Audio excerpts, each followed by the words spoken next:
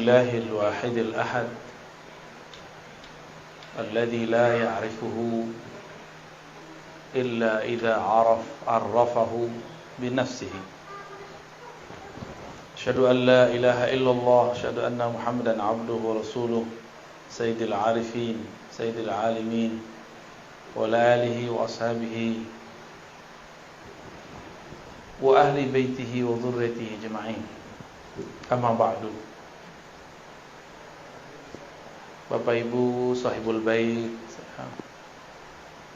Bapak Mirhalim, istri dan orang tua, keluarga besar, semoga dalam ridha Allah SWT. Begitu juga kawan-kawan yang datang dari manapun, semoga ini menjadi bukti bahwa kita bersaudara di sisi Allah Subhanahu wa taala. Amin ya rabbal alamin. Sungguh indah, jauh dari negeri Madinah, tapi nama Rasulullah masih didendangkan dengan suara yang merdu, dengan suara yang sangat-sangat nikmat, ya. Rasulullah sebelum beliau wafat, beliau di hari beliau wafat itu paginya melihat dari luar jendela atau dari dalam rumah keluar jendela, terlihat bahwa para sahabat sedang sholat dipimpin oleh Sayyidina Abu Bakar, dan beliau kemudian menangis. Beliau terharu. Umat yang dulunya tiada, paling cuma beberapa orang bisa dihitung dengan jari, jumlahnya sudah menjadi banyak. Apalagi kalau Rasulullah memandang kita semua saat ini, tentu Rasulullah lebih girang lagi, lebih senang lagi. Semoga cinta kita kepada Rasulullah tidak bersyarat, cinta yang tulus, cinta karena kita berterima kasih kepadanya. Sallallahu ala sayyidina Muhammad.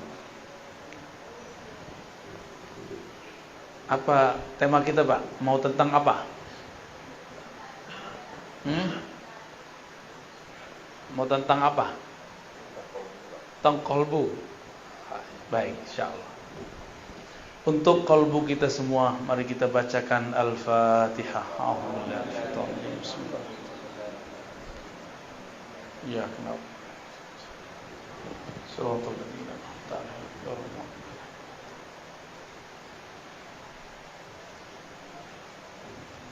Ya, ini ada whiteboardnya, ada spidolnya nggak? Ada. Ya udah, tahan dulu deh, nggak apa ya. Qalbu bahasa Arab artinya sesuatu yang berubah. Satu. Arti keduanya, qalbu adalah sesuatu yang elastis. Apa arti elastis? Lentur. Itu maknanya. Berubah-ubah, elastis. Apabila qalbu mengalami suatu kerinduan sekarang, bisa jadi nanti tidak, gitu. Maka mumpung sedang rindu, sampaikan lafaz-lafaz kerinduan, salawat kepada baginda Rasulullah sallallahu alaihi wasallam. Kadang sholat nggak khusyuk, di saat sholat khusyuk, sholat selama-lamanya, karena mungkin itu tidak terulang lagi seumur hidup.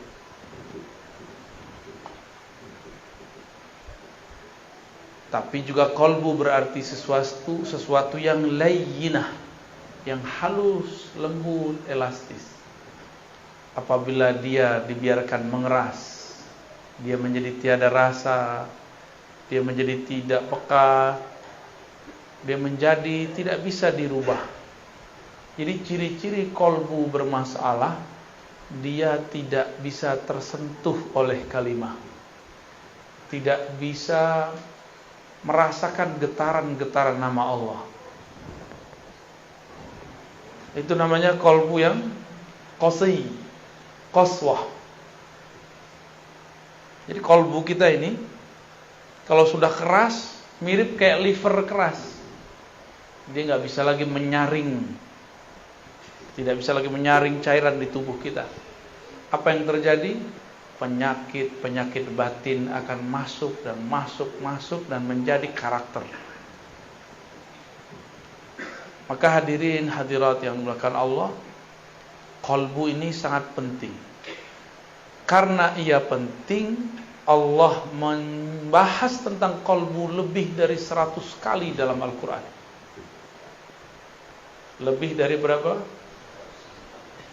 Kalau sholat cuma 55 kali atau 50-an Allah nyebut kata sholat. Ditambah dengan sholawat mungkin tambah. Tapi kata qalbu bisa berlipat-lipat kali lebih banyak daripada sholat. Artinya apa? Kalau kita sholat tanpa qalbu, sholatnya tidak bermakna. Zakat, infak, sedekah kalau digabung 80-an. Aqimus shalah wa atuz zakah, dua beriring-iringan sekitar 26, 27 atau 28 ya. Tergantung indeksnya, cara membaca indeksnya. Lebih sering qalbu, lebih sering qalbu. Qalbu masih 100-an. Ini baru cuma 28, 26. Apalagi haji umroh. Umroh cuma 2 kali dalam Al-Quran disebutkan. Lalu kenapa kita jadi agen umroh tidak menjadi agen qalbu? Atau umroh dengan qalbu? Belum ada ya. Bicara qalbu bukan bicara suci, sok suci. Justru bicara qalbu membicarakan bahwa kita ini bukan suci. Saya ngomong ini gak suci. Jadi jangan dibayangkan kalau udah ngomong qalbu kita ini jadi orang yang sangat bersih, sangat suci. Enggak. Semakin bicara qalbu, semakin sadar bahwa di qalbu ini ada kotoran. Kalau sudah mulai muncul kesadaran, maka kita tidak sempat membicarakan qalbu orang lain. Dari semua ayat itu, ada yang paling dahsyat. Allah mengatakan tentang karakter-karakter yang gampang kita pahami dari sifat-sifat manusia. Pertama, karakter orang yang beriman. Orang beriman itu karakternya satu saja. Idza dzukirallah wajilat qulubuhum. Disebut nama Allah, qalbunya bergetar. Coba sebut nama Allah, Bapak Ibu. Allah gitu. Ada getaran enggak? Hah? Kayaknya enggak ya. Berarti nyebutnya enggak pakai idza dzukira. Dzukira bahasa Arab itu beda dengan zakara. Dzukira itu artinya disebut. Kalau zakara menyebut. Beda ya? Itu artinya talqin. Talqin zikir itu menjadi penting. Harus ada guru yang menyebut di depan kita. Maka ketika ada yang menyebut itu, nama Allah disebut-sebut di hadapan orang beriman, lalu masuklah kalimah itu dalam qalbunya, dan qalbunya bergetar, wajilat. Kenapa disebut wajilat? Apa arti wajilat? Wajilat artinya bergetar karena takut, bergetar karena segan, bergetar karena merasakan dahsyatnya yang punya nama. Itu wajilat, bukan menjilat ya, beda ya. Wajilat. Al-wajlah yakni al-khauf. Al-wajlah itu rasa takut, segan kepada Allah Subhanahu wa ta'ala. Sekolah tinggi-tinggi, umumkah, agamakah, tapi tidak ada sekolah untuk meninggikan nama Allah di qalbu. Oleh karena itu, walaupun kadang sudah doktor, sudah MA, sudah LC, sudah sarjana, sudah diploma, tapi kalau disebut nama Allah, biasa aja. Kenapa? Karena sekolah itu cuma untuk akal, sedangkan qalbu belum disekolahkan. Oleh karena itu, jangan-jangan di luar sana ada sekolah yang bukan sekolah formal, tapi dia bergerak untuk mengajari qalbu. Kurikulumnya tentang qalbu. Jika kolbu itu disebut sesuatu yang bergerak-gerak, sesuatu yang berubah-ubah, maka kolbu ini kadang bergerak normal, namanya kolbu yang sehat. Disebut nama Allah, dia bergetar, geraknya normal. Tapi kadang-kadang kolbu itu disebut nama Allah, dia tidak tergerak. Jangan-jangan di dalamnya tidak normal. Jangan-jangan di dalamnya ada penyakit. Ya.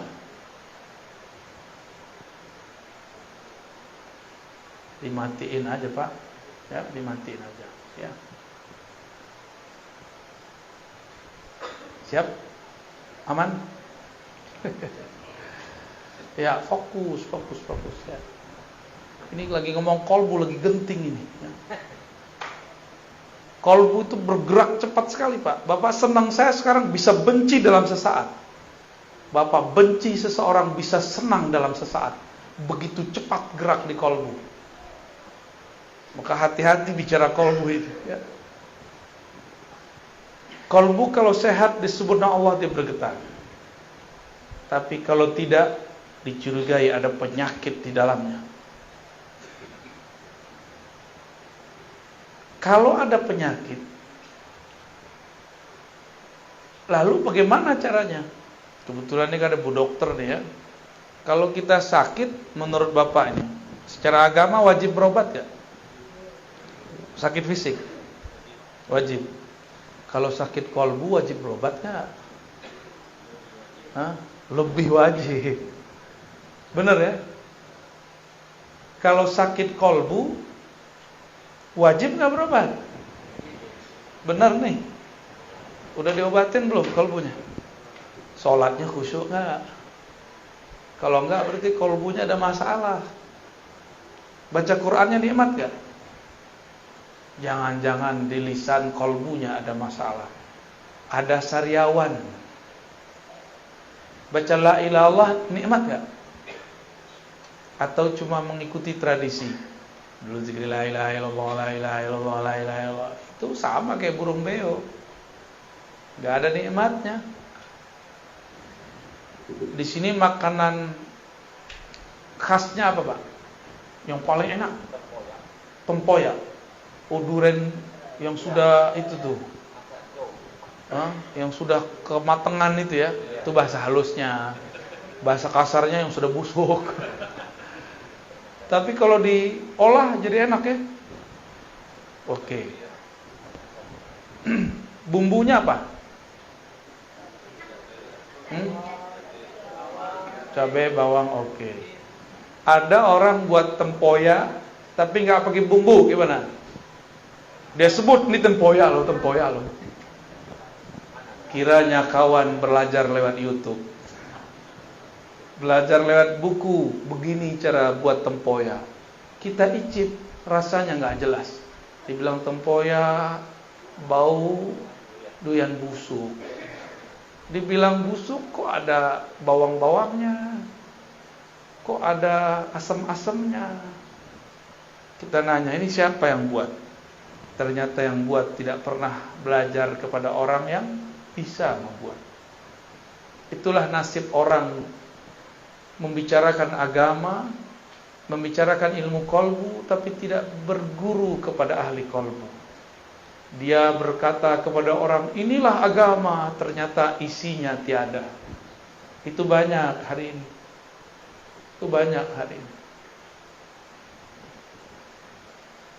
Ingin menikmati la ilaha illallah, tapi tidak dengan teknik dan bumbu-bumbunya.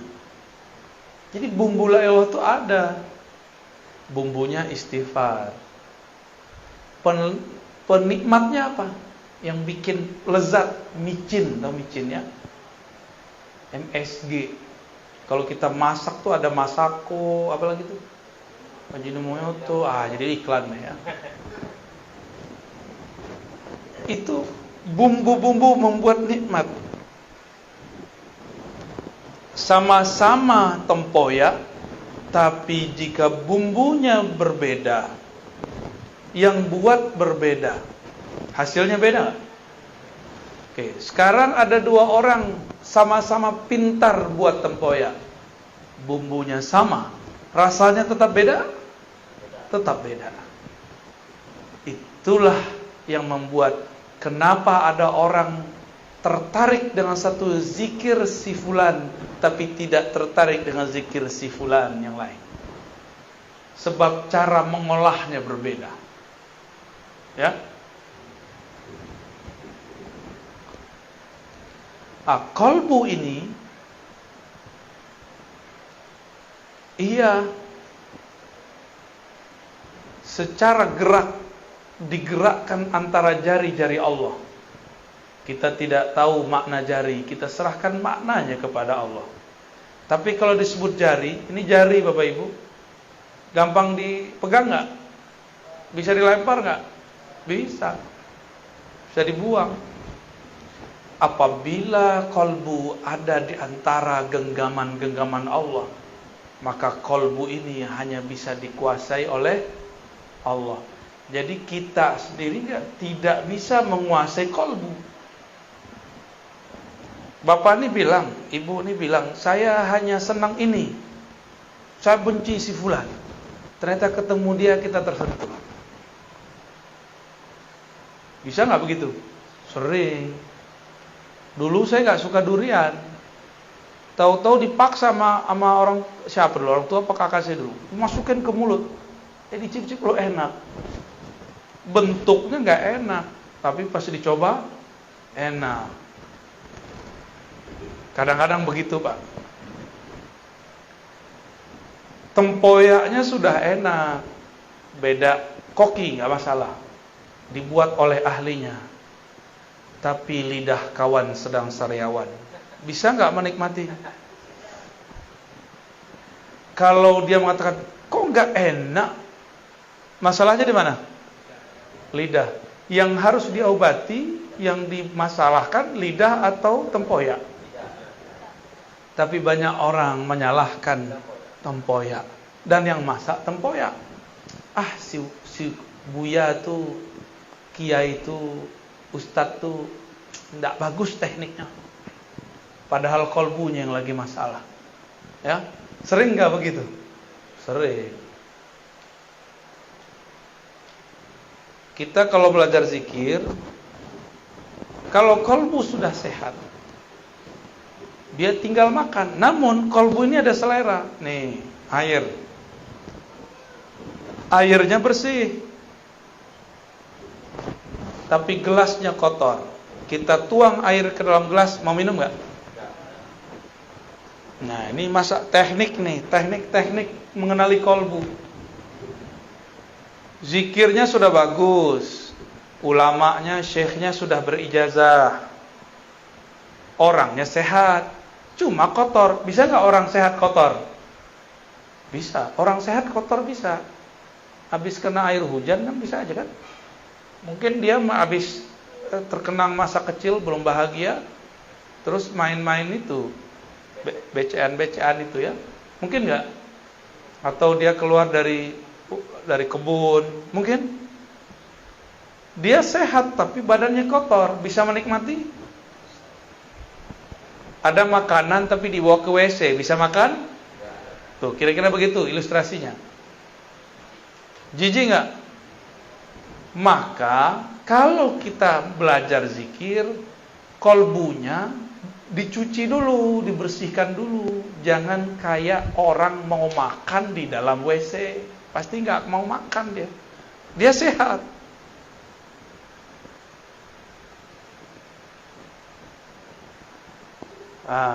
Airnya bersih, orangnya udah sehat, kolbunya udah sehat, tempatnya sehat. Yang menghidangkan jorok, gimana? Hilang selera, ya.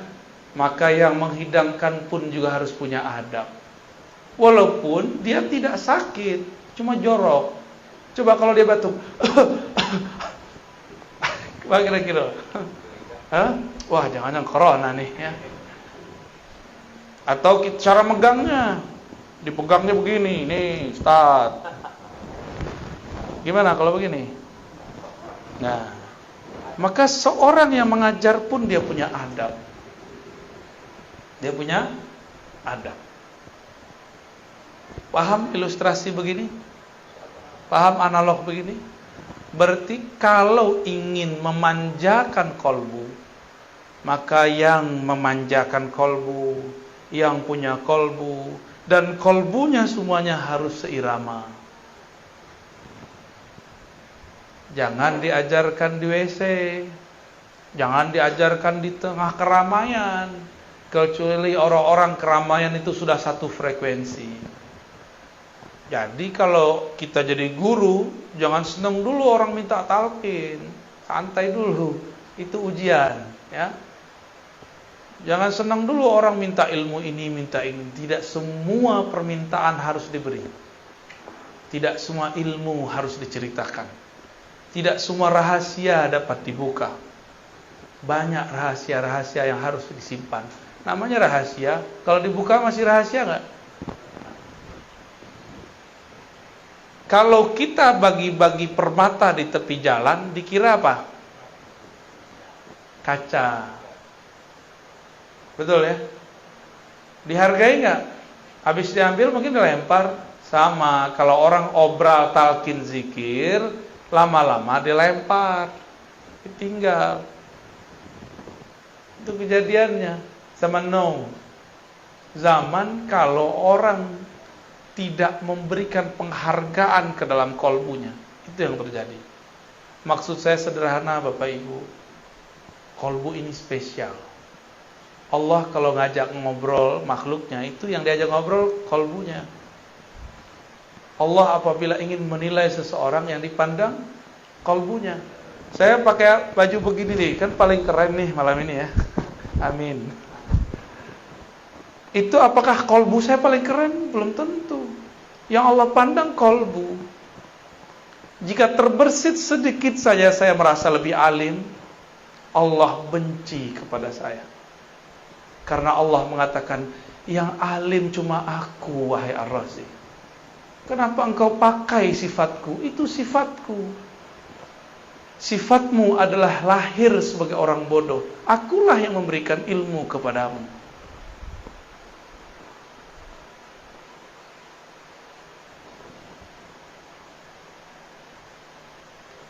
Rasa nikmat zikir adanya mirip dengan kita kalau makan. Nah, ini pertanyaan nih Bapak Ibu. Kalau makan tempoyak, enak itu di tempoyak, di lidah, di piring, atau di orang yang nyajiin? Di lidah. Oke, coba makan di WC. Jadi nggak enak kan? Hidung ngaruh. Tempoyaknya enak, tempatnya bersih, orang datang, makan semua. Mau nggak? Langsung berdiri kita, nggak jadi makan, ya.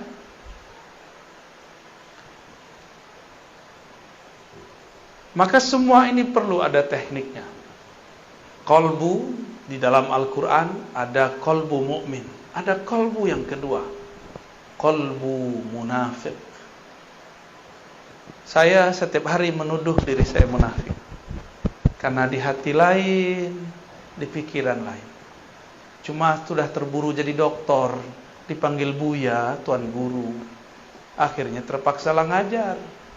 Aslinya saya nggak berani ngomong ini. Kalau hitung-hitung diri itu nggak berani ngomong. Cuma pulang kembali, ilmu kan milik Allah. Suci milik Allah. Jika Allah maha suci, kita berarti maha ternodai. Maka dengan itulah saya datang kepada Allah dan saya minta izin, ya Rabb, ana abdukal faqir al-muznib. Ya Allah, aku hambamu banyak dosa. Alim pun tiada, ya. Makom tinggi pun tidak, tapi orang husnuzan. Maka dengan ketinggianmu ya Allah, dengan kemuliaanmu ya Allah, aku menumpang. Di situ. Berharap Allah menyertakan kita dalam kemuliaannya. Berharap Allah menyertakan kita dalam kealimannya. Berharap Allah menyertakan kita dalam zikir-zikirnya. Itu sebenarnya kenapa wajib istighfar. Jadi secara ilmu fikih istighfar itu sunnah, tapi secara ilmu qalbu istighfar wajib. Kenapa wajib? Saya tadi nanya, bisa nggak Bapak Ibu makan piringnya kotor? Orang gila bisa. Ya, orang gila per piring bagus nggak? Tapi kalau orang waras, miskin pun dia, kita hidangkan makanan yang enak, tapi piringnya kotor, tersinggung nggak deh? Tersinggung, kecuali ente majnun, ya. In kunta majnunan, fala ba'sa bih. Ya. Kolbu berpenyakit. Apa penyakit kolbu? Penyakit kolbu beda dengan penyakit badan. Kolbu itu penyakitnya dimulai dari penyakit iblis. Yang pertama kali punya penyakit adalah iblis. Ya. Nah, Bapak Ibu, kita kan bukan iblis. Kenapa disamakan dengan iblis? Ada rahasianya. Ruh itu suci enggak? Allah tiupkan ruh. Allah Ahad. Ini Allah Ahad nih. Meniupkan ruh. Ruh suci enggak? Suci ya. Lalu Allah tiupkan lewat malaikat ruh kepada badan.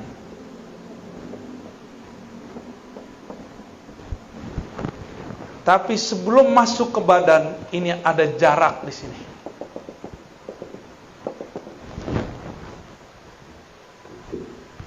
Di saat inilah kemudian di sini ada hijab-hijab. Dalamnya bukan main, tebalnya tiada terkira. Disinilah diuji ruh. Dia dicelupkan ke dalam syahwat. Ini syahwat namanya nih.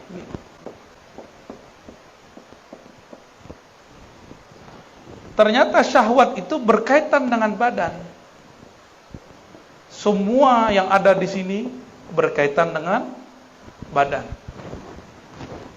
Apabila ruh ditiup ke dalam badan, bernamalah dia jiwa. Gitu, ya. Jiwa itu punya kiblat sentral. Sentralnya namanya qalbu. Ya. Asalnya ruh ini suci, tapi dicelupkan ke dalam syahwat. Maka syahwat itu terkait dengan badan. Ketika Allah tiupkan ke dalam tubuh ini, nyatu dengan otak. Di otak ada syahwat nggak? Keinginan rendah. Jadi syahwat bahasa Arab artinya keinginan rendah. Nyatu dengan mata. Di mata ada syahwat. Mata senang lihat yang jelek atau yang cantik, yang gagah, yang indah. Indah itu apa?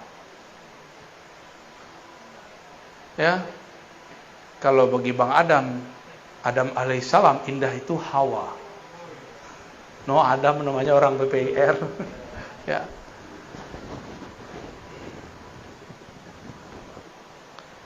Mata itu diberikan syahwat. Dia senang melihat yang bening-bening, yang indah-indah, yang hijau-hijau. Walaupun di rumah sudah ada yang bening, yang cantik, capek kerja, nyari puncak, nyari kebun, nyari hiburan. Berarti kurang cukup memandang yang cantik, kita perlu yang indah. Orang yang sudah tinggal di kampung, kampungnya indah. Dia semua di kampung itu orangnya rancak-rancak, cuma kurang seksi. Maka dia pergi ke kota ingin mencari yang rancak-rancak plus seksi. Hitung-hitung cuci mata, Pak. Ya, benar begitu. Jujur aja nggak apa-apa kok. Hah? Enggak iya gitu. Ketika ditiupkan ke dalam badan, maka dia dicelupkan ke dalam syahwat. Sampai ke tangan suka megang, sampai ke perut, suka makan, sampai ke kemaluan, sampai ke kaki, terus semuanya. Tidak ada kita yang selamat daripada kata syahwat, nggak ada. Mursyid, apalagi mursyid itu lebih besar ujian syahwatnya. Percaya nggak? Karena makannya paling enak. Kalau ada tamu datang ngasih makanan paling enak, ya nggak? Kalau ada fasilitas paling enak. Tapi si mursyid ujiannya paling berat. Paling berat ujiannya mursyid. Kalau mursyid dosa, dosanya lebih besar. Tapi kalau mursyidnya ahli ma'rifat, dia tahu cara pulang kepada Allah Subhanahu. Di situ si mursyid paham bahwa jadi mursyid bukan berarti jadi orang suci. Jadi mursyid berarti tahu cara mensucikan diri. Itu yang beda mursyid dengan bullshit. Beda-beda tipis.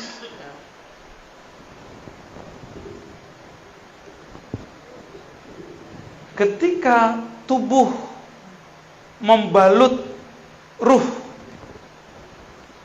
maka tubuh punya energi nafsiyah atau jiwa, yang membuat dia masih terhubung dengan ruh ini, itu qalbunya. Karena ini adalah hembusan Allah. Allah memandang dari ruh ini kemana? Dipandangnya kepada qalbu. Jadi dekat gak antara ruh dengan qalbu? Dekat sekali. Karena qalbu itu ada karena ruh. Jika Allah menurunkan ilmu lewat ini, itu namanya laduni. Tapi kalau Bapak Ibu belajar, si badan nih diajak belajar nih. Belajar sama seseorang, cari guru. Kalau dapat ilmu namanya futuh. Apa namanya? Apa arti futuh? Terbuka. Supaya mengenal Allah. Tapi kalau ruh, gurunya langsung Allah Ahad. Disebut laduni. Itulah ilmunya Nabi. Maka saya sering nanya, Jibril itu gurunya Nabi Muhammad atau muridnya Nabi Muhammad? Banyak orang salah di situ, keliru. Dikira Jibril itu adalah gurunya Nabi Muhammad. Padahal Jibril itu dapat energi dan dipasangkan kepadanya jubah-jubah pemimpin malaikat setelah dia berselawat ke Nabi Muhammad. Nabi Muhammadnya belum lahir, sebagai bin Abdullah. Tapi Muhammadnya sudah ada belum? Ruh pertama yang Allah tiupkan namanya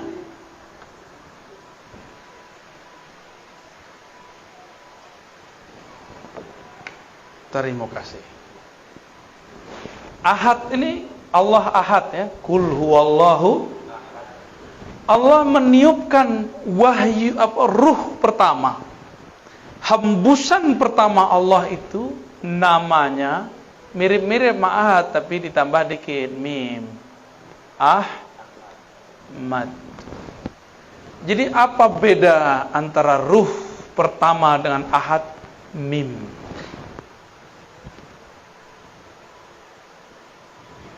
Saat Allah menghembuskan, hembusannya itu berbunyi Ahmad. Bernama Ahmad. Pangkatnya disebut Ruhullah. Apa arti Ruhullah? Hembusan Allah. Coba menghembus Pak. Gitu. Hembusan kita enggak? Atau beda? Coba ambil misalnya plastik. Kita pindah ke dalam nggak? Paham? Ini yang tidak dipahami oleh kelompok kebatinan yang kegeeran jadi Tuhan, jadi Allah. Paham? Ini ilmu awalnya benar. Di dalam diri kita ada hembusan Allah. Betul. Tapi hembusan bukan Allah. Ahmad laisa bi ahad. Ahmad itu ya Ahmad, hembusan ya hembusan. Cuma kawan sudah GR jadi Allah. Zat aku, zat Allah. sifat aku, sifat Allah. Namaku, nama Allah. Fi'ilku, fi'il Allah.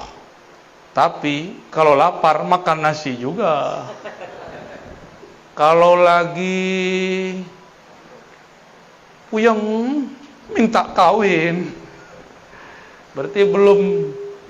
Masa Allah lapar, ya enggak? Masa Allah minta kawin? Kan Allah ini tidak perlu sahibah. Sahibah itu artinya pasangan. Allah itu enggak perlu anak bini. Ini teguran keras nih bagi yang berzikir, berkalam, bermakrifat dengan makrifat iblis. Awalnya sudah benar bahwa di dalam diri kita ada tiupan Allah. Betul, Bapak Ibu, tapi di dalam diri kita bukan Ahmad. Di dalam diri kita adalah pecahan-pecahannya, percikan-percikannya. Ahmad ini tiupannya. Allah pandang Ahmad, maka memancarlah dari Ahmad itu cahaya. Memancar cahaya. Cahaya itu bahasa Arabnya nur. Apa? Nurnya bernama Muhammad. Gitu ya. Berarti nur beda nggak dengan ruh? Ahmad itu pangkatnya apa tadi? Ruhullah. Ini kalau nggak nyatet hilang. Catat. Kalau punya catatan.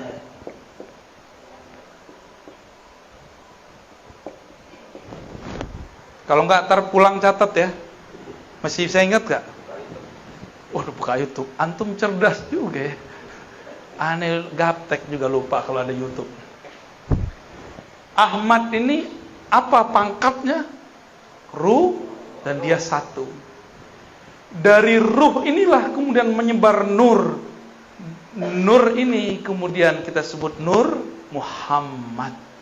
Dari ruh itulah kemudian terpercik hembusan-hembusan kecil. Itulah jadinya kita. Maka kita ini bersumber dari Ahmad. Maka Ahmad ini ada sebutannya biar faham. Kalau kita keluar dari perut seseorang, yang mengeluarkan namanya apa? Ibu. Ibu apa batu? Ibu. Beneran. Itu istilah aja ya. Ahmad ini disebut dengan ummur ruh atau ummul arwah. Ibunya ruh. Bukan berarti dia melahirkan, bukan. Ini istilah aja. Bahwa ruh bersumber dari bukan dari ahad. Jangan GR ya. Jangan GR dulu, kawan udah GR, dalam diriku ada ahad. Ya, cemen. Gak ngerti makrifat namanya.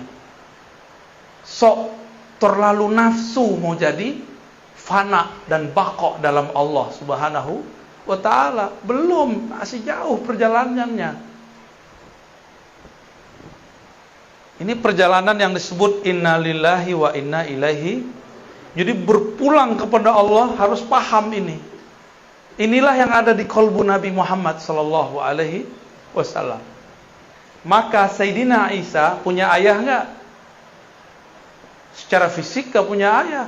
Tapi kalau ruh sudah terpercik ke dalam perut Sayyidatuna Maryam, dia pasti jadi walaupun enggak ada ayahnya. Itu metodologisnya kenapa ada anak tanpa ayah. Ya. Nabi Adam ada ayah nggak? Ada ibu nggak? Tapi Adam yang ini ada ayahnya, ada ibunya nih. Orang Betawi, Tagadai di Pekanbaru, di Pegadaian. Deket-deket aneh ente dibully terus. Ya.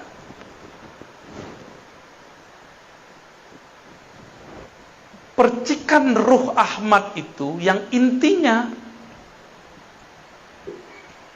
setelah Allah genggam beberapa bagian tanah, lalu Allah pindahkan salah satu bagian daripada inti Ahmad yang disebut Nur Muhammad kepada tanah tadi. Jadilah dia Adam. Apa yang dibaca dalam itu? Kun. Ya, itulah kenapa ada orang muncul di dunia tanpa ayah, tanpa ibu. Itu sejarahnya. Secara metodologinya begitu.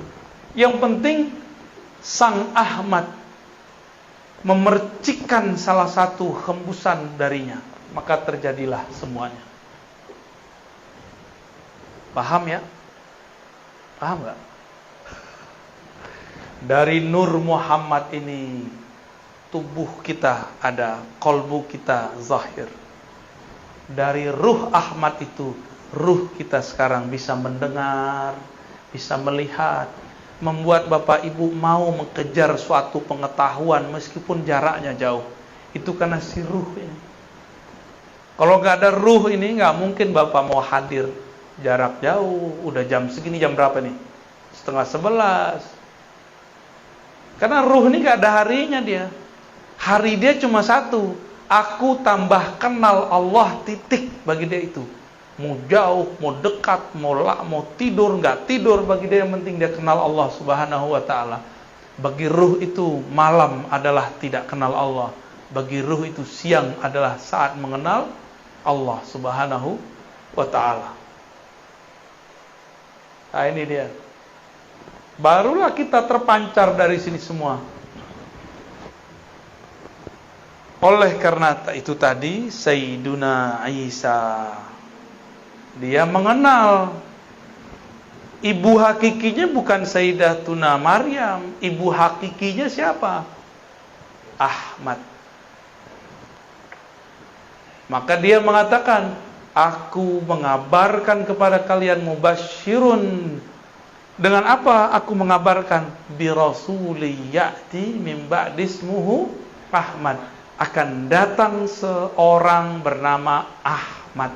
Jadi Nabi Isa itu enggak menyebut nama Muhammad karena dia tahu dia langsung dari Ahmad.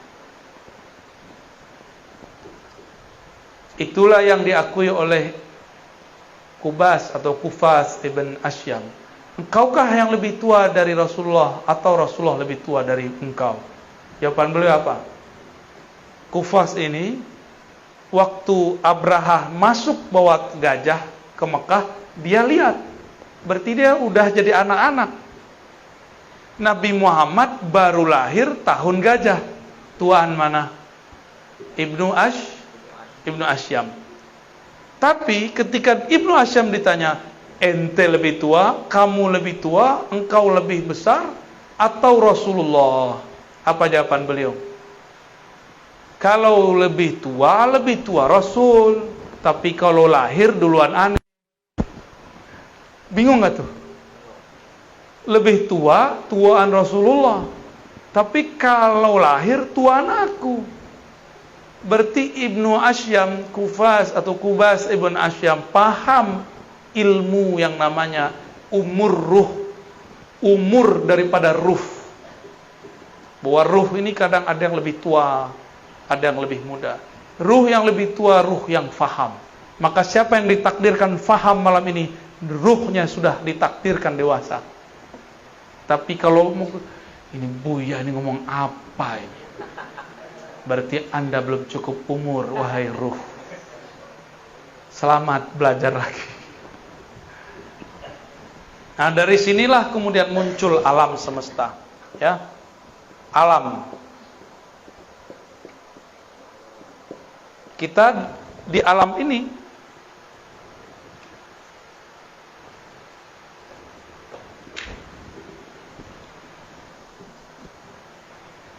tapi sebelum sampai ke alam Nur Muhammad ini kan ada pancaran nurnya ya.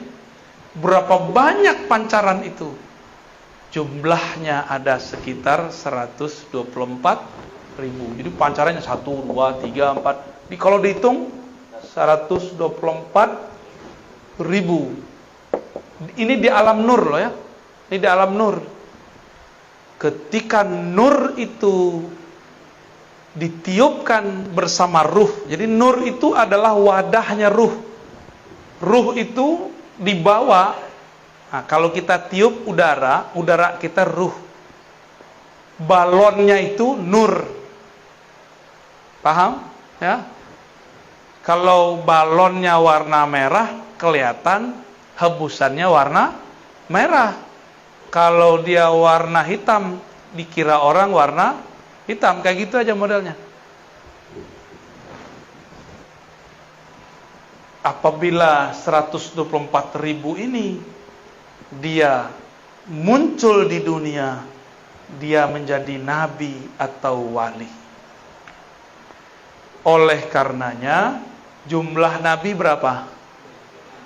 25 itu yang ditulis di Quran, yang wajib diketahui. Berapa jumlahnya? Itulah sejarah. Jadi apa yang terjadi di dunia sekarang bukanlah kejadian yang terjadi semata-mata kebetulan. Dia semuanya mengulang yang terjadi di sana. Kalau ruh kita dulu itu, jadi ketika ini ruh terpancar, maka dia berkeliling. Jadi tadi nur ini berkeliling ini. Mirip dengan tawafnya manusia tawaf di Ka'bah. Ini Ka'bah nih, ya. Anggap aja ini benar ya. Kita tawaf ke kiri apa ke kanan?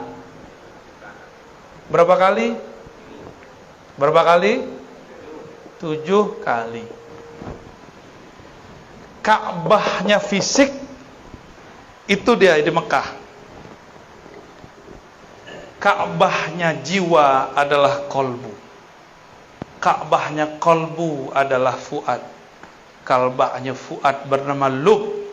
Ka'bahnya lub bernama sir. Ka'bahnya sir, disitulah ilmu mengenai ruh Ahmad. Silakan pusing.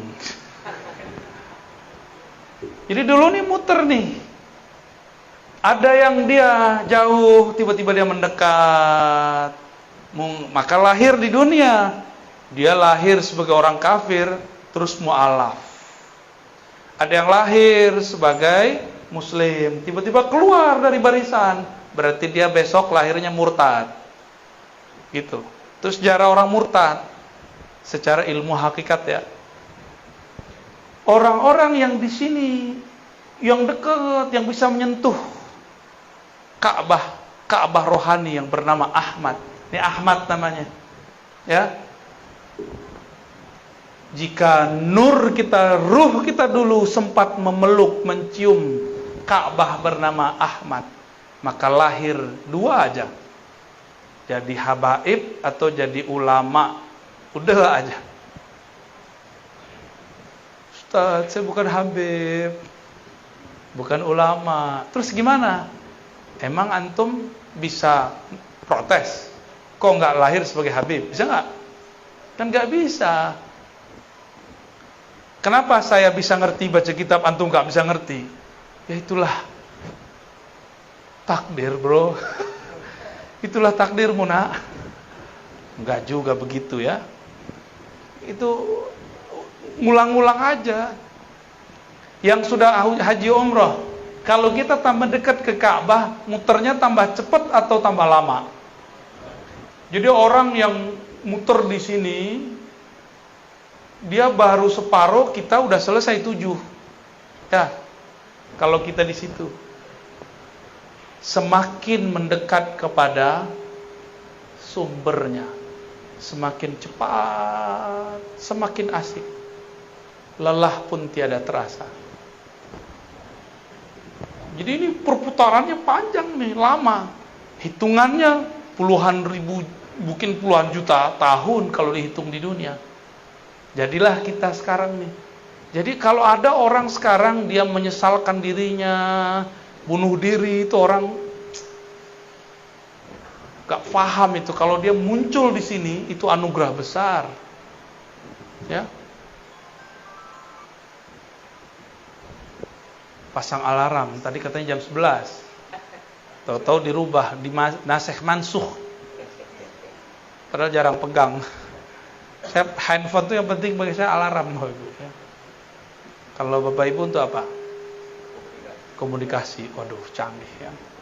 Ada nggak handphone to Allah? Boleh dihapus, Pak? Ya, silakan dihapus. Berkah antum bagus ya. Aneh minum dulu ya, paling enak. Nah, ini kan nikmat begini nih. Antum nggak minum, aneh minum. Hah? Yang minum ruh apa jiwa? Mulut. Nggak enaknya diliatin. Apalagi ntar ada kumisnya tentu ya. Bismillahirrahmanirrahim. Mantap. Yang begini nggak ada di Jakarta nih. Kayaknya harus dibungkus banyak. Nggak suruh datang lagi. Yang buat abang aneh.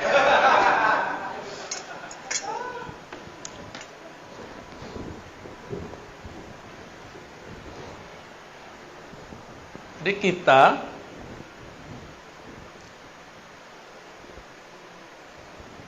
yang ada ini, kalau ada nur Muhammad yang asli di dalam, bukan bayangan nur, bukan pantulan nur, pasti mencari ilmu tentang ini. Maka saya berhusnuzon yang hadir ini di dalamnya ada percikan nur itu. Amin. Alhamdulillah. Apa kata Nabi? Allahumma ja'alni nura. Ya Allah, jadikan aku adalah nur. Padahal beliau memang sudah nur. Ibu Rasulullah mengatakan, ketika engkau lahir, hai Muhammad, aku melihat nur. Jadi Nabi Muhammad lahir, mohon maaf nih Bu Dokter, percaya apa enggak ya? Waktu lahir, Aminah tidak melihat darah, yang dia lihat cahaya. Ada nggak makhluk begitu? Ya ada. Maka saya sering nanya nih, Nabi Muhammad nama Nabi Isa. Nabi Muhammad dan Nabi Isa. Muliaan mana? Nabi Muhammad lebih mulia atau Nabi Isa? Nabi Isa punya ibu siapa? Maryam. M. Nabi Muhammad punya ibu namanya Aminah. Nabi Isa dimanjakan ibunya karena ibunya mengandung Nabi Isa. Gimana cara Allah memanjakannya? Ini mohon maaf nih Pak Pamir Halim, kalau Bu Dokter dulu lagi ngidam dicariin nggak? Cariin ya. Hujan aja dicariin. Di ujung negeri aja dicariin. Maryam, Sayyidatuna Maryam lagi ngidam. Ngidam buah apel, ngidam buah anggur. Suami nggak punya. Yang tanggung jawab siapa? Maka Allah utuslah Jibril. Jibril, ambil buah-buah surga terbaik, berikan kepada kekasihku Maryam.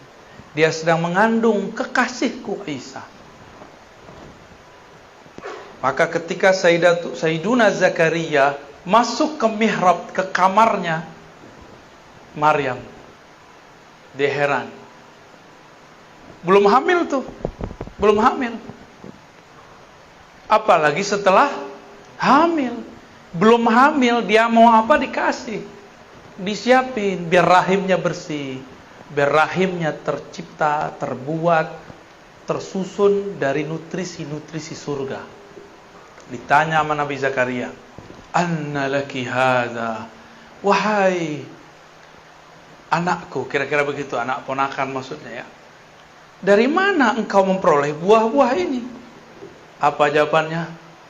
Dari sisi Allah subhanahu wa ta'ala, maksudnya dari sorga.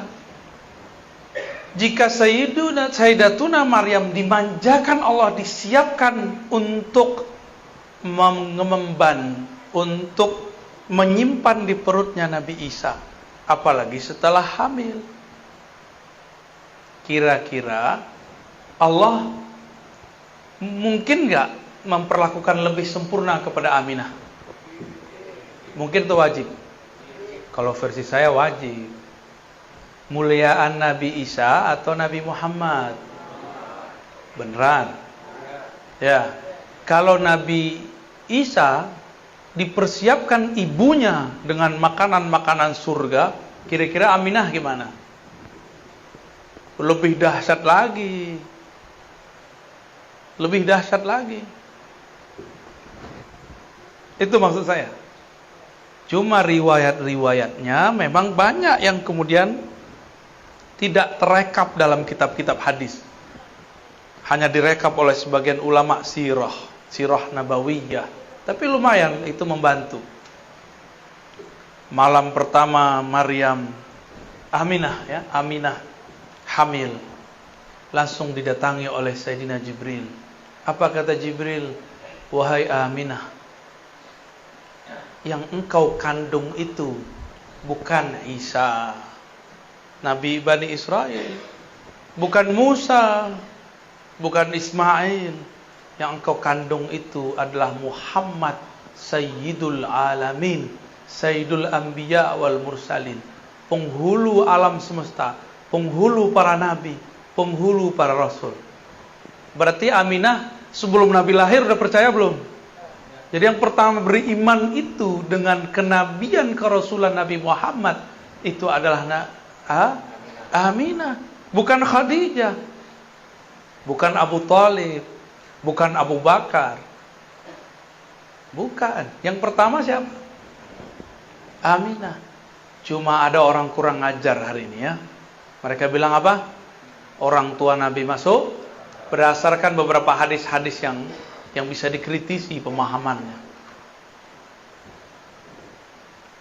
Oke. Nabi Isa dipersiapkan tubuhnya oleh Allah masuk ke dalam rahim yang mana pemilik rahimnya Maryam memakan buah-buah surga. Itulah sebabnya Nabi Isa tubuhnya kuat. Hanya Nabi Isa yang diizinkan Allah nanti bunuh Dajjal. Kenapa dia doang yang kuat? Tapi di atas dia ada Mahdi. Al-Mahdi itu pewaris langsung Nabi Muhammad. Jadi nanti Nabi Isa kalau lihat Mahdi yang kelihatan sama dia Nabi Muhammad. Sirnya itu, wah ini Nabi Muhammad nih. Tapi kok mukanya beda dikit ya? Cuma dilihat nasabnya, oh masih nasab Nabi Muhammad. Terlihat nama dia itu Nur Ahmad, Nur Muhammad Sallallahu Alaihi Wasallam. Itulah rahasianya kenapa saya tulis Muhammad di atas, Isanya di bawah. Al-Mahdi itu nanti pewaris. Ditaruh pewaris itu di kiri aja ya. Mahdi, Al-Mahdi. Walaupun dia bukan seorang nabi, tapi dia mewarisi nabi, pemimpin para nabi. Gimana kira-kira? Makanya Nabi Isa tetap jadi makmum. Nabi Muhammad udah nggak kelihatan, Al-Mahdinya ada. Nanti yang jadi makmum tetap Nabi Isa, yang jadi imam tetap Al-Mahdi, karena dia pewaris mutlak Nabi Muhammad Sallallahu Alaihi Wasallam. Pewaris mutlak. Jika Nabi Muhammad ada pewarisnya Al-Mahdi, Nabi tadi ada berapa jumlahnya? 124 di akhir zaman inilah yang akan berjuang. Namanya wali. Jumlahnya berapa? Yang besar-besar 124.000, selebihnya pasukan tim Hore. Lumayan tim Hore. Ya. Jangan dibayangkan 104.000 itu doktor, belum tentu. Ada yang doktor, ada yang enggak. Jangan dibayangkan itu mursyid, belum tentu. Ada yang mursyid, ada yang tidak. Jadi jangan kecil hati dulu. Siapa tahu di antara kita ini ada yang pewaris 124.000. Apa kata Nabi? Al-ulama warasatul anbiya. Ulama-ulama itu mengenal Allah. Karena itulah mereka dianggap pewaris nabi-nabi yang kenal Allah. Jadi yang diwarisi bukan gelar doktor. Nabi bisa baca kitab kuning nggak? Kitab kuning belum ada di zaman Nabi. Belum ada kan? Belum. Belum apa udah ada? Kalau udah ada, berarti bukan Nabi Muhammad tuh. Jadi siapa yang bisa baca kitab kuning di sini? Jangan GR dulu. Antum belum tentu pewaris Nabi Muhammad. Nabi Muhammad itu ummi. Tapi ummi itu ada maknanya, yang bersifat induk. Kalau secara harfiah ummi bisa berarti tidak bisa tulis baca, ya. Tapi secara arti lain apa? Induk, sumber. Jadi kalau saya punya terjemahan lain, an-nabi al-ummi, nabi yang merupakan induk semua nabi-nabi. Karena beliaulah nabi 124.000 ada. Al-Mahdi pewaris Nabi Muhammad. Isa pasti ada pewarisnya. Musa pasti ada pewarisnya. Dengan itulah cara mereka berjuang di akhir zaman. Karena tidak mungkin ada kelahiran kembali. Namanya reinkarnasi. Yang ada cuma waris. Siapa tahu di antara kita ada yang jadi pewaris. Amin ya rabbal alamin. Terus apa lagi dong? Apa kaitannya dengan kolbu? Nah, itu kan pertanyaannya tadi. Ilmu ini bukan lagi ilmu kolbu, tapi sudah ilmu ruh. Sumber ma'rifatnya kolbu. Kolbu itu dia punya ma'rifat dua aja. Dari Allah pasti lewat ruh. Dari selain Allah pasti lewat akal dan panca indera. Baca kitab lewat panca indera nggak? Baca, maka belum tentu orang yang bisa baca kitab jadi orang alim. Siapa tahu jadi sombong. Ya benar. Ada nggak ketemu orang baca kitab sombong? Banyak, salah satu yang di depan. Astagfirullah. Kalau ada sombong, antum sombong.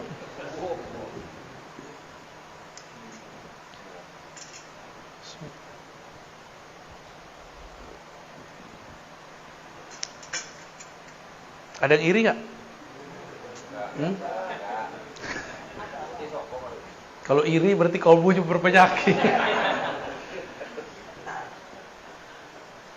Cuma ada yang nafsu jadi wali. Jadi wali itu adalah poros poin yang Allah tatap di bumi. Jika dulu Nabi adalah qulubul alamin, jantungnya, kolbunya alam, meninggal para nabi. Nabi-nabi sudah wafat belum? Wafat. Benar, fisiknya. Terus ilmunya dipindahin ke siapa? Dipindahin ke wali. Selama masih ada wali di muka bumi, Allah masih menatap. Ditatap bumi ini dengan baik. Jika yang punya kolbu kewali ini mati, barulah Allah kiamatkan semua yang di muka bumi. Jadi apa yang harus diisi dalam kolbu? Tidak cukup dengan zikir, tapi harus mengenal siapa yang dizikirkan. Maka orang yang kenal siapa yang dia zikirkan, sekali dia sebut namanya, itu sama dengan 70.000 kali orang tidak mengenal namanya berzikir. Makanya wali-wali itu santai. Udah gak banyak suluk dia. Tapi kan kita belum sepaham, belum setingkat mereka. Ya udah kita suluk aja dulu. Ya, riyadhah aja dulu, zikir aja dulu. Siapa tahu nanti diangkat Allah. Tapi teman-teman sahabat yang makan Allah, kalau cuma mengandalkan zikir, saya udah berkali-kali katakan, Iblis dulu pangkatnya Azazil telah berzikir 80.000 tahun di surga. Jadi wali enggak? Enggak. Kasyaf? Enggak. Dia bisa melihat surga, tapi dia tidak bisa menatap aras. Nabi Adam baru dicipta, masih bau ingus, anak ingusan, baru kemarin sore masuk surga. Tapi di dalam qalbu Nabi Adam ada nur Muhammad, Maka nur itu, kalau ada nur bisa lihat sesuatu nggak? Nah, inilah yang disebut nur. Orang kalau ada nur di kolbunya, dia bisa menatap ada objek kebenaran dimanapun ada. Iblis 80.000 tahun berzikir, tapi zikirnya zikir zulmaniyah. Dia zikir kolbunya belum dibersihkan. Dia zikir sombongnya dibiarkan. Dia zikir merasa sok sucinya terus dirawat. Apa yang terjadi? Tambah zikir, tambah sombong. Tambah ilmu, tambah songong. Kalau sudah sombong, lalu ada orang selain dia diberikan posisi yang tinggi, iri nggak? Maka kalau orang kerja di kantor, dia lihat temannya naik pangkat, dia nggak naik. Temannya dapat jabatan, dia tidak. Dia ngomong apa? Saya kan lebih banyak kerja di kantor ini. Kenapa bukan saya? Dia akan ngomong, pinteran aku kali, kenapa dia yang naik? Begitulah terus. Berarti di dalamnya bukan nur Muhammad, tapi nar Azazil. Dua aja manusia itu. Kolbunya nur Muhammad atau kolbunya nar Azazil. Azazil siapa tadi? Nama kecil dari iblis.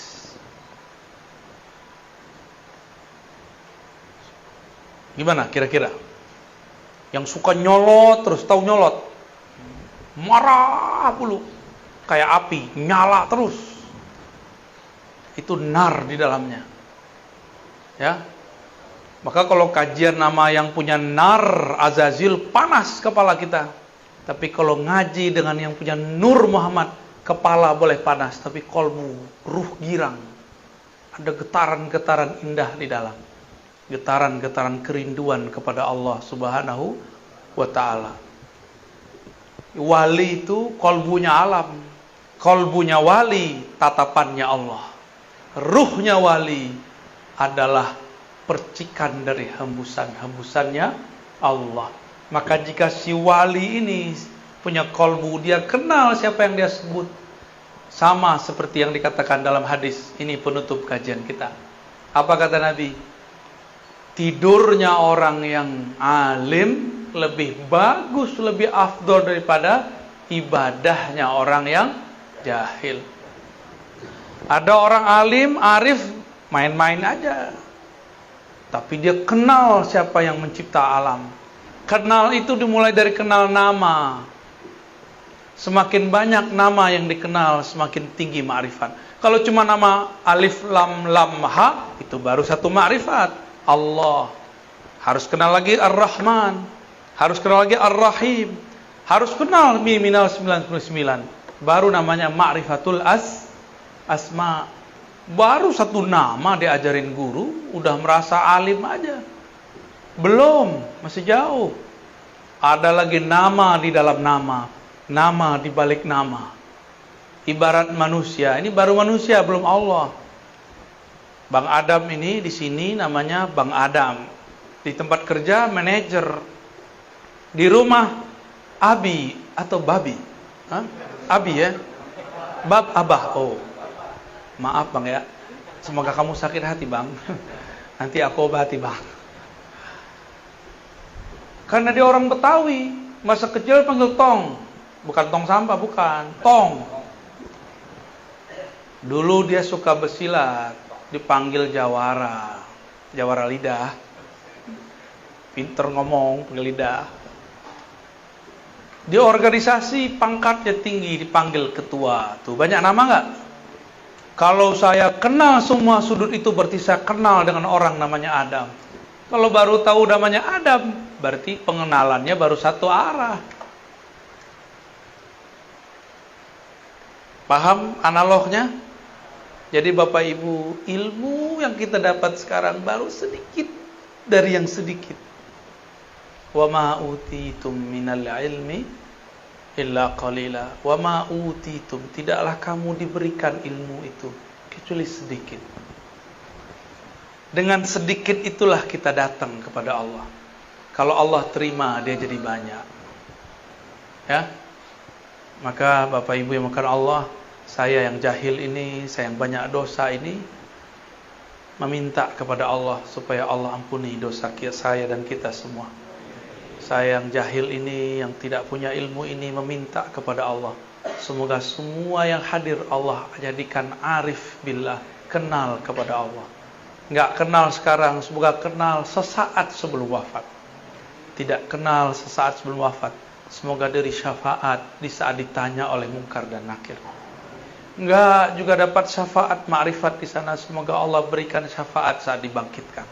Enggak juga semoga dapat syafaat ketika dihisab, ketika ditimbang. Enggak juga semoga Allah kasih syafaat ketika jalan melintasi sirat al-mustaqim, as-sirat. Allahumma amin ya rabbal alamin. Al-Fatihah.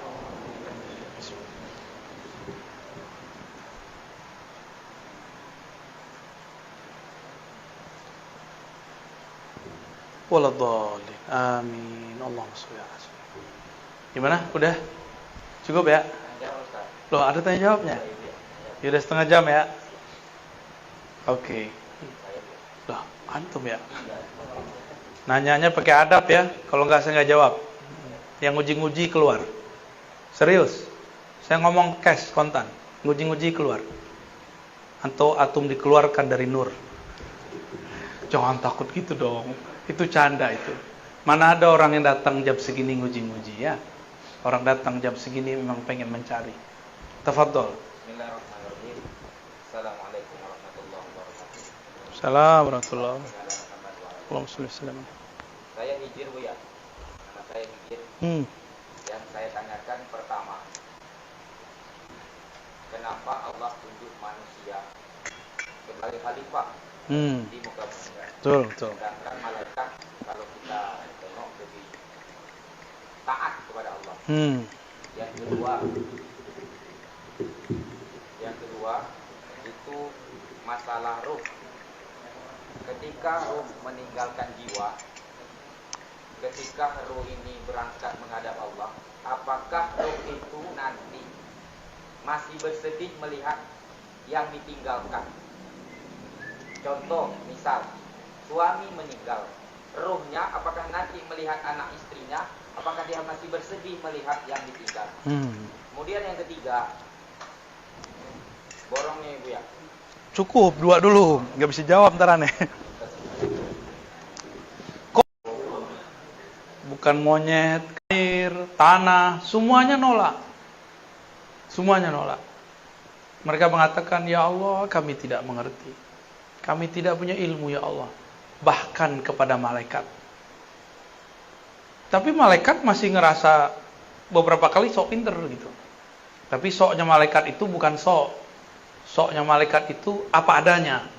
Dia memang begitu orangnya, SOP. Malaikat tuh nggak ada namanya basa-basi. Saya mah nggak bisa bahasa Arab, Ustaz. Padahal baca kitabnya jago. Bisa bahasa Inggris Kak? Bisa dikit-dikit, padahal keren. Ya, orang kita kan gitu. Kalau di Barat nggak begitu, mirip-mirip begitulah. Bilang iya, tidak, bisa, tidak bisa. Malaikat begitu. Dalam Al-Baqarah ayat 30, 31, 32, 33 terus sampai setelahnya terjadi dialog. Kalau faham ini, faham rahasianya. Orang banyak baca ayat ini tapi tidak faham rahasianya. Jadi ada dialog antara Allah dan malaikat di alam malakut sana. Alam malakut. Nah, ini boleh dihapus lagi nih. Ini tertunjukin ada strata alam. Boleh dihapus. Ngantuk nggak Pak? Serius? Ntar jadi tukang hapus di surga ya? Nah? Hapus whiteboard. Jadi asisten kita ntar. Amin. GR aja masih masuk surga. Amin.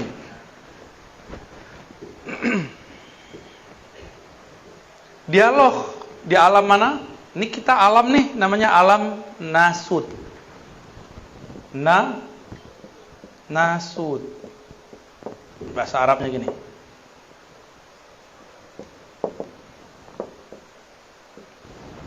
Nasud, nas, manusia. Disebut juga dengan alam nyata. Ini alam ini nih, alam kita. Coba dipegang mukanya, ada nggak? Ayo pegang lagi yang pasti dong. Benar.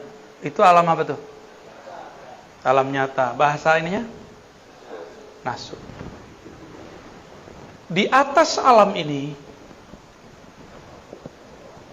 nah, ini ada alam kepalsuan di sini. Ada alam namanya malakut. Malakut kata malak berarti malaikat. Alam malaikat, malaikat. Ini alamnya. Allah berbicara kepada yang di alam malakut. Alam malakut inilah yang disebut, yang berkaitan dengan langit pertama sampai pertengahan langit lah. Ya, langit keempat kah, lima kah itu ya. Apa kata Allah? Wahai para malaikat, aku mengumumkan akan memilih di muka bumi seorang khalifah dalam kurung dari manusia. Apa kata malaikat? Malaikat ngomong apa? Dia protes. Tapi ini protesnya protes lugu. Jadi malaikat tuh lugu. SOP. Kata malaikat, ataj'alu fiha may yufsidu fiha wa yasfikud dima. Ya Rabb, apakah engkau tega menjadikan di muka bumi khalifah, pengurus di muka bumi, orang-orang yang suka membunuh dan merusak? Nah, ini rumah kan bagus nih, ya. Bagus kan? Bener. Ini tembok dari mana nih? Dari pasir. Pasirnya dari mana? Dari sungai atau dari gunung? Gunungnya diuruk pindahin ke sini. Bagi manusia disebut pembangunan. Bagi malaikat disebut penghancuran. Paham? Semen. Gresik itu udah nggak ada gunung. Gunung di sono itu semua gunung pasir. Udah nggak ada gunungnya. Bukit-bukit itu udah nggak ada. Saya kan punya teman hidup orang dekat sono. Ya. Itu udah nggak ada, udah pindah ke Tuban. Di Tuban masih banyak bukit-bukit. Itu yang jadi bahan semen Gresik itu. Bukit kapur ya. Bagi manusia disebut apa? Pembangunan. Tapi bagi malaikat disebut perusakan.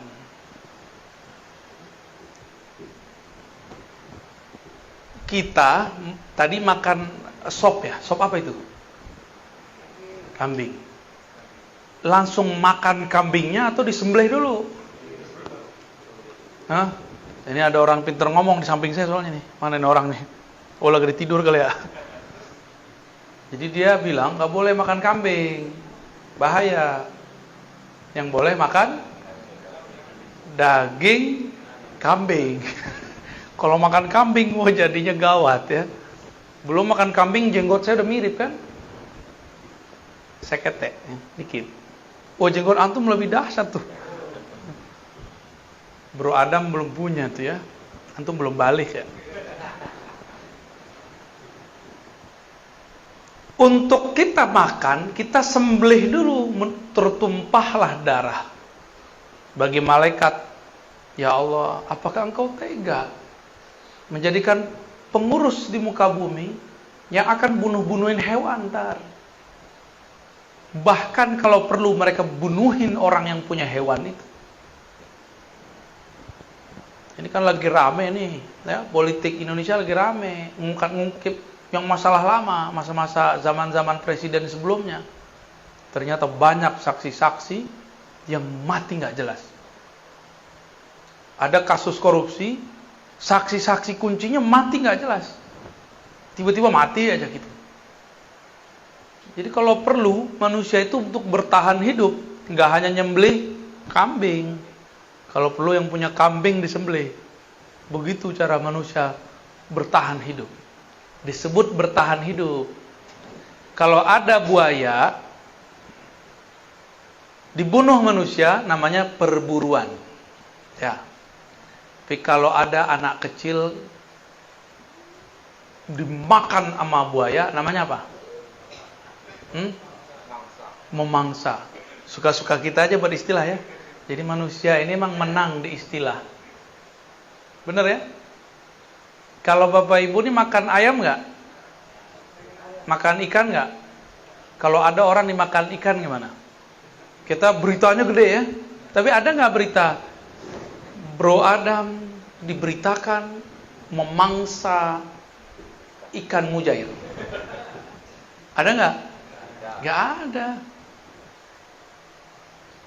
Kita kalau panen, kita sabet tuh ya, disabit tuh rumputnya, ilalangnya, padinya dipotong, diambil. Bagi kita itu namanya panen. Bagi malaikat ini merusak. Udah jelas kuning-kuning bagus kok dipotong. Ini beda perspektif. Lalu malaikat ngomong. Apa kata malaikat? Wa nahnu nusabbihu bihamdik wa nuqaddisu lak. Di sini ya kita tahu karakter alam malakut adalah karakter zikir. Wirid. Ya, wiridan mulu, zikiran mulu. Soleh lah ya. Alam malakut ini suka zikir. Maka semua zikir tarekat yang ada lafaznya itu diambil rata-rata dari alam malakut. Jadi kita baca apa nih? Subhanallah. Itu amalannya orang sini nih. Malaikat di sini. Jadi Nabi kalau naik, turun pasti bawa lafaz zikir. Ada zikir yang dipakai oleh malaikat pembawa rezeki. Ada caranya. Mau diajarin? Wah, tangkup khawatirnya nggak mantap kalau antum yang baca. Ya, kurang yakin soalnya.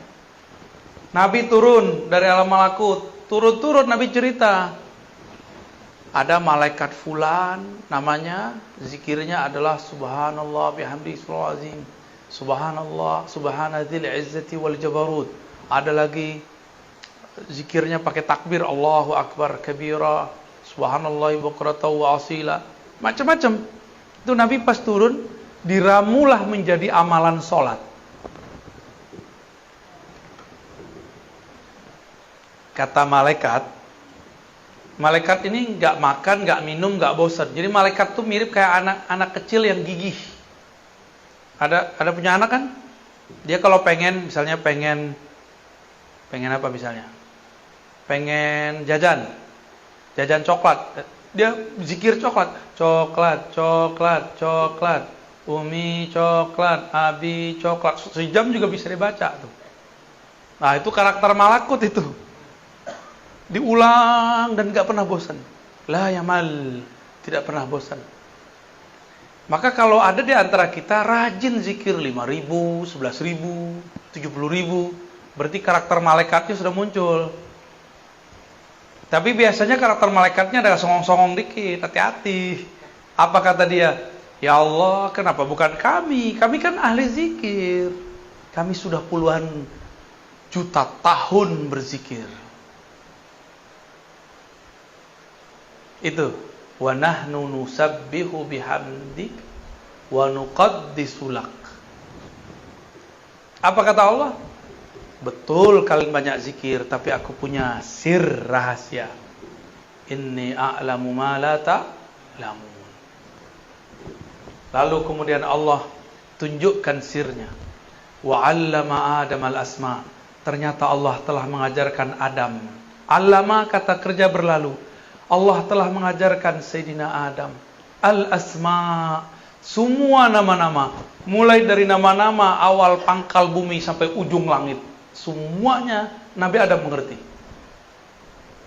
Malaikat taunya cuma zikir, maka mohon maaf ada ahli zikir kurang cerdas, itu maksudnya. Ada ahli fikir kurang zikir, ya. Ada yang seimbang, fikirnya adalah zikir, zikirnya adalah fikir. Nah, itu yang kamil mukamil. Kira-kira gimana nih? Kenapa malaikat gak dapat? Coba, bisa gak lihat masjid surau pesantren, rajin baca kitab, rajin zikir, tapi WC-nya jorok, pernah nggak lihat? Pernah lihat? Berarti dia kebanyakan zikir, kurang fikir, kebanyakan wirid. Orang kalau wirid sibuk sama diri sendiri, nggak ngurusin alam.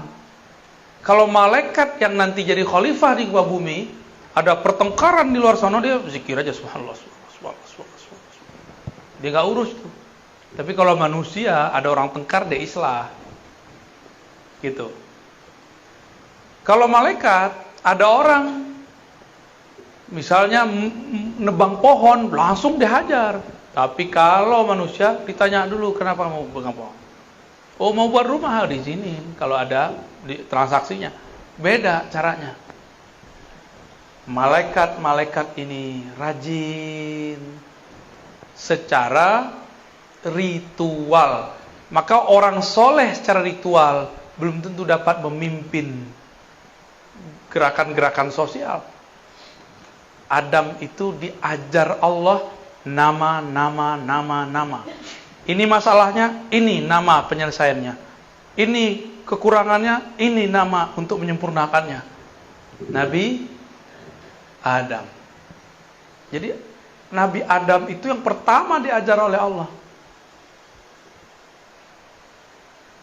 Itulah sebabnya kenapa manusia yang dijadikan khalifah. Jadi paham? Ya. Terus yang kedua tadi apa? Kayaknya pertanyaannya antum dong, udah habis waktu ini. Yang kedua apa tadi? Meninggal. Mau coba mati dulu biar ngerasain.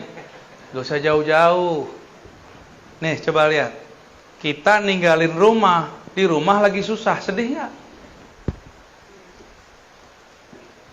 Kita naik bus, kita naik pesawat, tapi di rumah kita orang lagi susah. Sedih nggak ngeliatnya? Sedih. Kenapa dulu lagu-lagu melantau itu sedih-sedih semua? Bener nggak?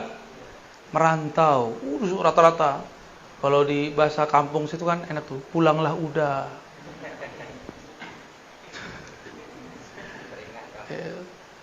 Saya nggak hafal tuh, karena dulu zaman-zaman itu mengharamkan lagu. Jadi sampai sekarang nggak bisa nyanyi, cuma bisa mendengarkan. Kalau sholawat tuh kalau nggak ngeliat teks saya nggak bisa nyanyi. Ya, kalau saya lihat teks baru bisa ngikutin tuh tadi para penasyid kita tuh. Sallallahu. Itu saya ngeliat dulu baru bisa, kalau nggak ngerti ya. Karena udah keblok di sini tuh udah keblok. Dulu pernah mengharamkan musik. Alhamdulillah ketemu orang-orang yang ahli dalam ilmunya. Saya kemudian bisa memperbaiki sedikit, tapi nggak bisa lama. Nggak bisa. Udah. Walaupun dulu pernah bernasyid, tapi kan sebelumnya pernah mengharamkan. Ketika ruh berpisah dari badan, itu mirip orang meninggalkan kampungnya atau satu negeri. Itu permisalan pertama. Yang kedua, orang kalau meninggalkan badannya itu mirip-mirip kayak orang bangun tapi di negeri yang dia nggak tahu negeri mana. Ada juga yang begitu. Jadi orang mati itu kayak orang bangun tidur. Pas bangun dia bingung. Lah, handphoneku mana ya? Antum begitu nggak bangun tidur? Nyari handphone ya? Hati, ntar kalau mati nyari handphone. Dibentak sama malaikat mungkar nakir. Hei, nyari handphone di sini. Lihat nih gua, siapa? Gawat itu ntar. Biasain bangun tidur nyebut nama Allah dulu. Apa bacaan bangun tidur? Itu bahasa Arabnya. Baca aja Allah, Allah, Allah, Alhamdulillah. Terima kasih ya Allah. Baru kita nyari handphone. Ya. Nyari siapa di samping pasangan, ya salam ya. Taruh kalau mati, bangun di alam sono, kita nyari-nyari biniku, lakiku, gak ada. Jadi jangan bergantung ke makhluk, gantungnya kepada Allah. Gampang dikalamkan, juga gampang kalau faham. Bahwa ini bukan urusan otak, ini urusan kolbu. Di kolbu itu bisa selesai semua. Ya. Beres? Ya. Jadi bisa nangis nggak ruh? Bisa nangis. Ruhnya pergi, ya Allah, anakku masih kecil-kecil, ya Allah. Nanti Allah bilang, dah tenang, yang ngasih rezeki aku. Selesai. Kalau kenal Allah, kalau enggak dia pergi tuh nangis. Maka tuh rumah jadi tegang, jadinya nangis aja tuh orang tuh. Beberapa orang kadang-kadang ditunjukkan oleh Allah Subhanahu wa taala. Jadi biasain kalau tidur nggak mikirin yang negatif, cukup berpikir positif. Nggak usah pikirin besok makan apa, besok kerja apa, jalanin aja. Ya Allah, aku mau tidur. Nasibku esok aku serahkan kepada Engkau. Tidur, baru tidur nyenyak namanya. Tidur nggak nyenyak itu kalau banyak pikiran. Ya, cukup? Udah cukup. Tambuah. Udah satu lagi deh, ada yang dari ibu-ibu nggak? Ada dari ibu-ibu. Cukup. Alhamdulillah. Kita tutup pakai sholawat yang merdu ya. Mana? Ahli sholawatnya mana nih?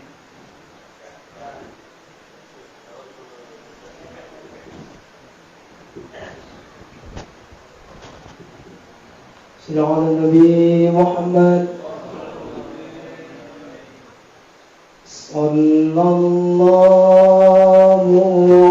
ala Muhammad Sallallahu alaihi wasallam